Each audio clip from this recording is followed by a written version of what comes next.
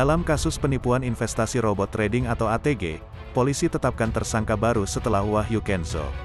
Pengembangan kasus, polisi menetapkan tersangka baru berinisial R dalam kasus penipuan investasi robot trading Auto Trade Gold atau ATG. Kepala Bidang Humas Kepolisian Daerah Jawa Timur Komisaris Besar Polisi Dirmanto menyebut R berperan sebagai tenaga pemasaran dan kedua rekannya. R dinaikkan statusnya dari saksi menjadi tersangka karena R ini marketing dari robot trading saat ditemui di Surabaya kala itu. Sampai saat ini polisi telah memeriksa 3 orang dalam kasus penipuan investasi robot trading ATG, dan 2 orang diantaranya dinyatakan sebagai tersangka, sosok Wahyu Kenzo dan R. Lalu saksi ketiga yang diperiksa berinisial RN merupakan rekan Wahyu Kenzo dan R. Mereka diperiksa di lain tempat. Setelah menetapkan tersangka baru, pada Selasa lalu, polisi akan memeriksa istri tersangka Wahyu Kenzo, yaitu Anggi Jesse.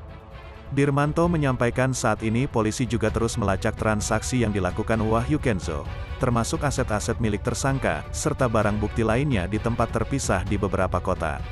Polisi juga sudah menyita sejumlah kendaraan mewah tersangka, yakni Toyota Alphard, BMW M4, dan Toyota Innova, serta 2 sepeda motor BMW R9T dan Harley Davidson Road Glide dan telah diamankan.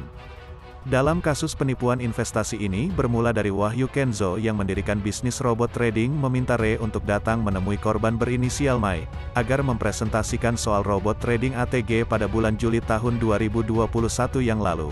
Korban pun tertarik, kemudian bergabung pada November tahun 2021, dan menyetor uang yang sangat fantastis. Mai langsung membeli robot sebesar lebih dari 42 juta rupiah, dan deposit lebih dari 1 miliar rupiah. Awalnya, korban menerima keuntungan seperti dijanjikan Kenzo dan setelahnya Mai mentransfer kembali dana sebesar lebih dari 4 miliar rupiah, kejadian transaksi itu berulang hingga beberapa kali. Hingga Mai merasa ada yang nggak beres dalam bisnis ini. Kecurigaan Mai muncul ketika hendak melakukan penarikan dana sebesar $25.000 AS, namun gagal. Ditarik $2.000 AS pun juga gagal dan tidak connect. Bahkan, penarikan lebih kecil dari itu pun juga masih pending atau tertunda hingga kemudian Mai melapor ke polisi, sadar jika ada masalah.